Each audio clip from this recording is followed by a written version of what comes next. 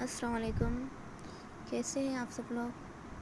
उम्मीद है सब खैरियत से होंगे। आज जो है मैं अपना फ़र्स्ट लेक्चर जो है वो इंग्लिश लैंग्वेज के हिसाब से स्टार्ट करने जा रही हूँ, जो कि है हमारी आज जो है बेसिक 1 जो है शुरू हो रही है। तो इसलिए मैंने यहाँ पे डेट भी आज की लिख दी है। आज की डेट है 11/10/2021। तो आज से जो है वो मेरा फ़र्स्ट लेक्चर है। जैसा कि मैंने पहले भी कहा था, तो जो मेरे स्टार्टिंग वाले लेक्चर होंगे वो आपको काफ़ी हद तक आसान लगेंगे, लेकिन क्योंकि मुझे बेसिक से शुरू करना है ताकि एक छोटा बच्चा भी जो अगर ये वीडियो सुने तो वो भी इजीली समझ जाए, तो इसलिए मैंने बिल्कुल बेसिक से स्टार्ट लिया है। तो जिसमें जो है सबसे पहले हमारा आता है यूज़ ऑफ दिस और डेट। ठीक है, दिस कहाँ इस्तेमाल होता है और डेट कहाँ इस्तेमाल होता है। अच्छा, इस दिस और डेट को जो है ये कौन से वर्ड हैं, ये हैं क्या? ठीक है, इंग्लिश में इनको हम कहते हैं डेमोस्ट्रेटिव प्रोनाउन। ये कहलाते हैं डेमोस्ट्रेटिव प्रोनाउन। ठीक है, जिसको हम उर्दू में कहते हैं ज़मीर इशारिया। ज़मीर इशारा मतलब इशारे करने के लिए, किसी चीज़ को पॉइंट आउट करने के लिए जो है हम ये दिस डेट जो है वो हम लगाते हैं। ठीक है, तो यहाँ पर जो है अब प्रोनाउन की आपको अभी तक मैंने किस्में नहीं समझाई हैं, तो ये आपको डिटेल में जो है वो प्रोनाउन के बारे में बाद में समझाऊंगी। सिर्फ अभी जो है आपको ये याद रखना है कि दिस और डेट जो है वो किस में आते हैं, हमारे डेमोस्ट्रेटिव प्रोनाउन में, जिसको हम ज़मीर इशारा कहते हैं। ठीक है, तो ये दिस की मीनिंग जो है वो है ये, और ये इस्तेमाल होता है जब कोई चीज़ हमारे करीब होती है। जैसे कि ये कुर्सी है, ये एक मेज़ है, तो करीब की चीज़ों को पॉइंट आउट करने के लिए हम दिस लगाते हैं।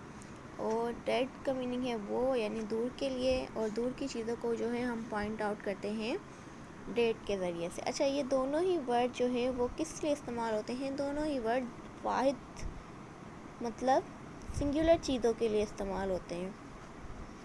ठीक है, जब भी हमारा इशारा किसी एक चीज़ की तरफ हो, सिंगुलर चीज़ की तरफ हो, वाहिद की तरफ हो, अकेले चीज़ की तरफ हो, तो हम जो है वो क्या लगाते हैं? दिस और डेट। अब जो है इसके जुमले जो है वो बिल्कुल ही सिंपल होते हैं। जैसे कि हम एक जुमला बनाते हैं, ये एक कुर्सी है। ठीक है, ये एक कुर्सी है। अब यहाँ पे जो है हमारा दिस और डेट में आपको याद रखना है कि हमारा जो हेल्पिंग वर्ब इस्तेमाल होगा इस जुमले को बनाने के लिए वो है इज़। इस जो है इन दोनों वर्ड के लिए हम इस्तेमाल करेंगे एज अ हेल्पिंग वर्ब। ठीक है, जिसकी जुमले में मीनिंग है ठीक है, इसकी मीनिंग है। अब अगर हम जुमले पे आ जाएं, तो यहाँ पे देखें, ये एक कुर्सी है। ठीक है, तो ये की मीनिंग क्या हो गई? दिस। जैसा कि मैंने आपको बताया, दिस क्या हो गई? ये की मीनिंग। एक को हम क्या कहते हैं? आ। कुर्सी को हम क्या कहते हैं? चेयर। और है को हम क्या कहते हैं? इज़। ठीक है, अब इस जुमले को बनाने का सीक्वेंस क्या होगा? सबसे पहले हमारा ये वर्ड आएगा नंबर 1, देन जो है हमारा ये वाला वर्ड आएगा सेकंड पोजीशन पे। ठीक है, जिसकी मीनिंग है इज़। फिर हमारा ये वर्ड आएगा थर्ड पोजीशन पे, आ। और लास्ट में जो है वो हमारा ये वर्ड आएगा कुर्सी। ठीक है, फोर्थ नंबर पे। और अब जो है हम इसी नंबरिंग के हिसाब से इसको ट्रांसलेट करते हैं। ठीक है, सबसे पहले ये की ट्रांसलेशन, सबसे 1 नंबर किसको दिया है मैंने? ये को, तो ये की ट्रांसलेशन क्या होगी? दिस। उसके बाद जो है सेकंड नंबर पे, उसकी ट्रांसलेशन क्या होगी? इज़। उसके बाद हमारा आ जाता है एक, आ। ठीक है, फिर हमारा आ जाता है कुर्सी, जिसको हम कहते हैं चेयर। ठीक है, तो इस तरीके से जो है ये हमारा जुमला बनेगा 1 2 3 4 पोजीशन पे। तो इस तरीके से हमारा जुमला बन गया। ये जो है ये जुमला जो है ये हमारा कहलाता है अफर्मेटिव सेंटेंस। इस जुमले का नाम है अफर्मेटिव सेंटेंस और पॉजिटिव सेंटेंस। हम इसको पॉजिटिव सेंटेंस भी कहते हैं और हम इसको अफर्मेटिव भी कहते हैं, मतलब सादा जुमला। ठीक है, अफर्मेटिव या पॉजिटिव सेंटेंस मतलब सादा जुमला। ऐसा जुमला कि जिसमें ना तो हम नहीं का लफ्ज़ इस्तेमाल कर रहे हैं और ना क्या का लफ्ज़ इस्तेमाल कर रहे हैं। मतलब ये जुमले अफर्मेटिव सेंटेंस क्या होती है, एक सिंपल स्टेटमेंट होती है, हमारी बात होती है। ठीक है, ये सिंपल एक स्टेटमेंट है जिसमें ना तो हम नहीं इस्तेमाल करते हैं ना तो हम क्या इस्तेमाल करते हैं। अब अगर ये तो कहलाता है अफर्मेटिव सेंटेंस। ठीक है, अब इसके बाद जो है हम किस पे आ जाएंगे कि इस तरीके से जब अगर हम नहीं लगाएं तो ऐसे जुमलों को हम क्या बोलते हैं। फॉर एग्जांपल हम कहते हैं ये एक कुर्सी नहीं है। ठीक है, तो ये जुमला हमारा कहलाएगा क्या, नेगेटिव सेंटेंस, जिसमें हमारा क्या आ गया, नहीं। ठीक है, इसको हम उर्दू में कहते हैं इनकारिया जुमला,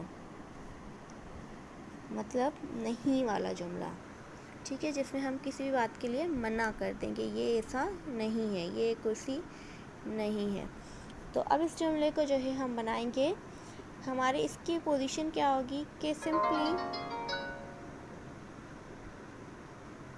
सिंपली हमारा जहाँ पे इस आएगा तो हमें इसके बाद हमें क्या लगाना है, नोट लगा देना है बस। ठीक है, जहाँ पे भी हमारा हेल्पिंग नेगेटिव के लिए हमें क्या करना होता है कि जहाँ पे हमारा हेल्पिंग वर्ब आता है, अब यहाँ हेल्पिंग वर्ब हमारा क्या है, इस। तो जहाँ पे हेल्पिंग वर्ब आएगा, हेल्पिंग वर्ब के बाद हम क्या लगा लेंगे, नोट, तो हमारा नेगेटिव जुमला बन जाएगा। अब इसी को ही आप नेगेटिव में कैसे करेंगे, दिस इज़, फिर हमारा आ जाएगा नोट हेल्पिंग वर्ब के बाद, और फिर आ जाएगा फिर आ जाएगा हमारा शेयर। ठीक है, ये हमारा हो गया नेगेटिव सेंटेंस। अब जो है हमारा इसके बाद जो है हमारा आता है इंट्रोगेटिव, जैसे जिसमें हम सवाल करते हैं। फॉर एग्जांपल, क्या ये एक कुर्सी है। ये जुमला हमारा कहलाता है इंट्रोगेटिव सेंटेंस, इंट्रोगेटिव सेंटेंस, जिसको हम कहते हैं सवालिया जुमला। ठीक है, जिसमें हम कोई सवाल पूछें। अब क्या होगा कि इंटरोगेटिव में आपको क्या करना है कि आप अफर्मेटिव की तरफ देखें। अब जैसे अफर्मेटिव हमारा बना हुआ है ना, सिंपली इसमें क्या करना होगा कि हेल्पिंग वर्ब पहले आ जाएगा और दिस और डेट जो है वो हमारा सेकंड पोजीशन पे आ जाएगा, और बाकी हमारी इसमें कोई भी चेंजिंग नहीं होगी। और लास्ट में जो हमारा फुल स्टॉप है उसकी जगह हम क्या लगा देंगे, क्वेश्चन वर्ड। ठीक है, अब जैसे कि मैंने कहा था पहले क्या आ जाएगा हमारा, इज़। इंट्रोगेटिव में हम क्या करते हैं कि इसको पहले लेकर आएंगे, इज़, फिर हमारा हो जाएगा दिस, और फिर हो जाएगा और फिर हमारा लास्ट में हो जाएगा chair. Is this a chair और क्वेश्चन मार्क। ठीक है, क्वेश्चन मार्क के बगैर जो है वो इंट्रोगेटिव सेंटेंस नहीं बनता, वरना ये आपकी मिस्टेक काउंट होगी। ठीक है, तो ये हो गया हमारा इंट्रोगेटिव सेंटेंस। इसी तरीके से जैसे मैंने ये सारे ये के जुमले बनाए हैं, सेम डेट के जुमले भी इसी तरीके से बनाएंगे। जैसे वो एक मेज़ है, तो हमारा ये होगा डेट इज़ आ टेबल। ठीक है, तो इसी तरीके से नेगेटिव भी इसका ऐसे ही बनेगा, date is not a table, is that a table। ये हो गया इसका नेगेटिव और ये हो गया इसका इंट्रोगेटिव सेंटेंस। ठीक है, तो ये था हमारा आज का लेक्चर। उम्मीद है आपको पसंद आया होगा।